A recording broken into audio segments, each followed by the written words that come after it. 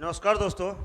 जैसे कि इससे पहले की वीडियो में हम लोगों ने क्लास 10वीं 10th के पहला चैप्टर हिस्ट्री सब्जेक्ट का पहला चैप्टर यूरोप में राष्ट्रवाद का कुछ ऑब्जेक्टिव क्वेश्चंस को डिस्कशन किए थे। और अभी हम लोग कुछ सब्जेक्टिव क्वेश्चन को डिस्कशन करते हैं और आप लोग बताएंगे कि ये सब्जेक्टिव क्वेश्चन जो आप लोगों को बताया जा रहा है ये कैसा है। और मुझे लगता है कि इस तरह से आप लोग अगर मैट्रिक परीक्षा में लिखते हैं तो आप लोगों को बहुत बेहतर और अच्छा अंक भी मिलेगा। और हम उम्मीद करते हैं हमारे चैनल से अगर टॉपर्स निकले तो हमें क्या आपत्ति होगी, अच्छी बात है। तो चलिए शुरू करते हैं। जो क्वेश्चन लगातार पूछा जाता है जैसे राष्ट्रवाद क्या है। अभी जैसे देश में ये बातें चलती रहती है, राष्ट्रवाद कौन है, देशद्रोही कौन है।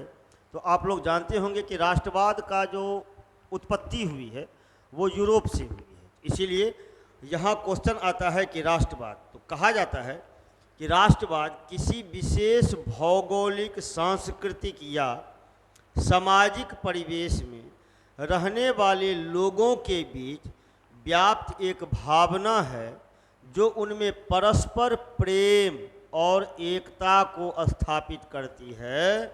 यह भावना आधुनिक विश्व में राजनीतिक पुनर्जागरण का परिणाम है। अगर हम इतना लिख देते हैं शॉर्ट क्वेश्चन में, फिर लॉन्ग क्वेश्चन को कैसे लिखा जाएगा, इसके लिए आपको लगातार चैनल को लाइक सब्सक्राइब करना होगा और चैनल्स को देखना पड़ेगा। अभी हम लोग शॉर्ट क्वेश्चन की बात कर रहे हैं। इंग्लिश में हम अगर देखेंगे what is a nationalism, the nationalism is a feeling prevalent among people living in a particular geographical, cultural or social environment which establishes mutual love and unity among them. This feeling is the result of political renaissance in the modern world. Okay?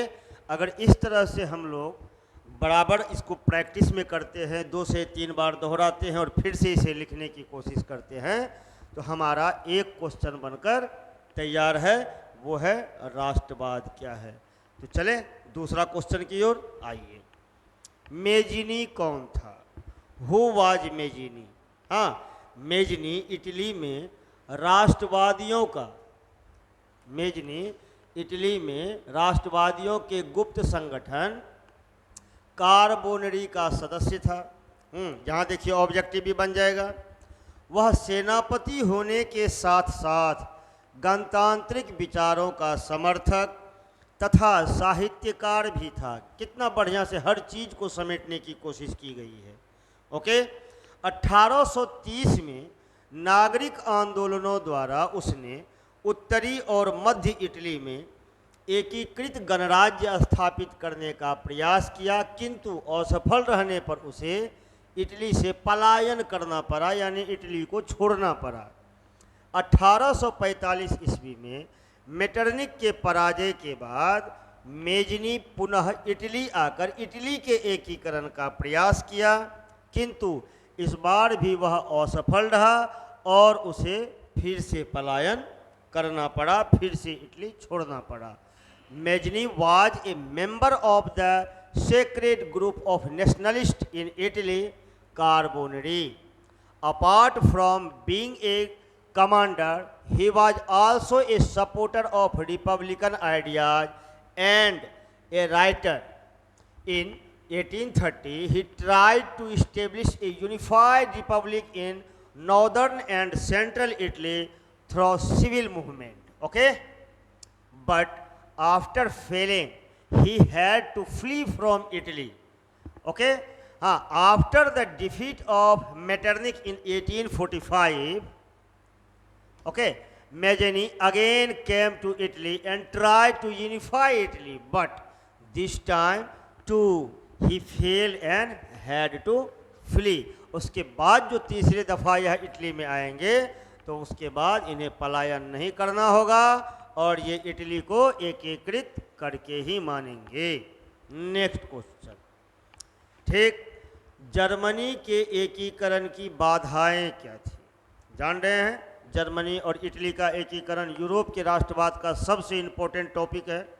अगर Germany और Italy के एकीकरण को आप समझ लेंगे तो वर्तमान समय में जो वर्ल्ड में जो भी घटनाएं हो रही है, विश्व में जो कुछ भी घट रहा है, सबका कहीं न कहीं बैकग्राउंड, सबका कहीं न कहीं ओरिजिनल रूट यहीं पर है। चाहे वो फर्स्ट वर्ल्ड वार हो, सेकेंड वर्ल्ड वार हो, कोल्ड वार हो, या अभी जो थर्ड वर्ल्ड वार स्टार्ट हो रहा है या होने वाला है। चलिए, जर्मनी की एकीकरण की क्या बाधाएं थी? What were the obstacles in the unification of Germany?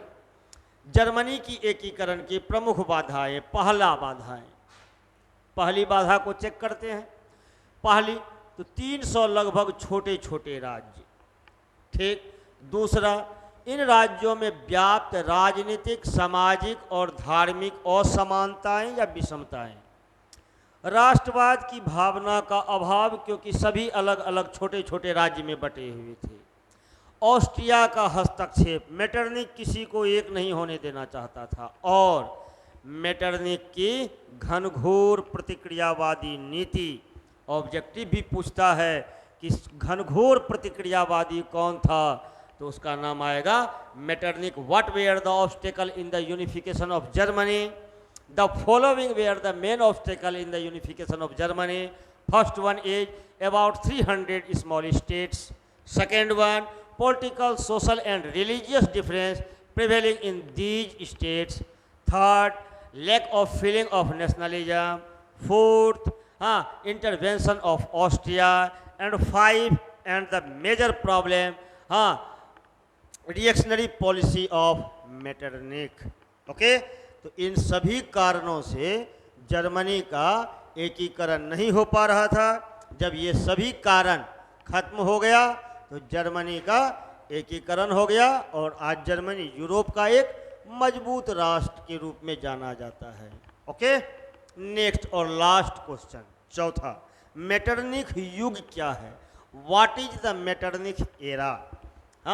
तो the period of Austria chancellor Metternich from 1815 to 1848, 1 minute, 1815 to 1848 AD is called the Metternich era.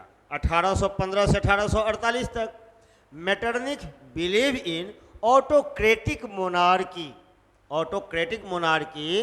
and was a staunch opponent of revolution. वो क्रांति का बहुत बड़ा दुश्मन था, वो पुरानी व्यवस्थाओं को बनाए रखना चाहता था, ठीक है।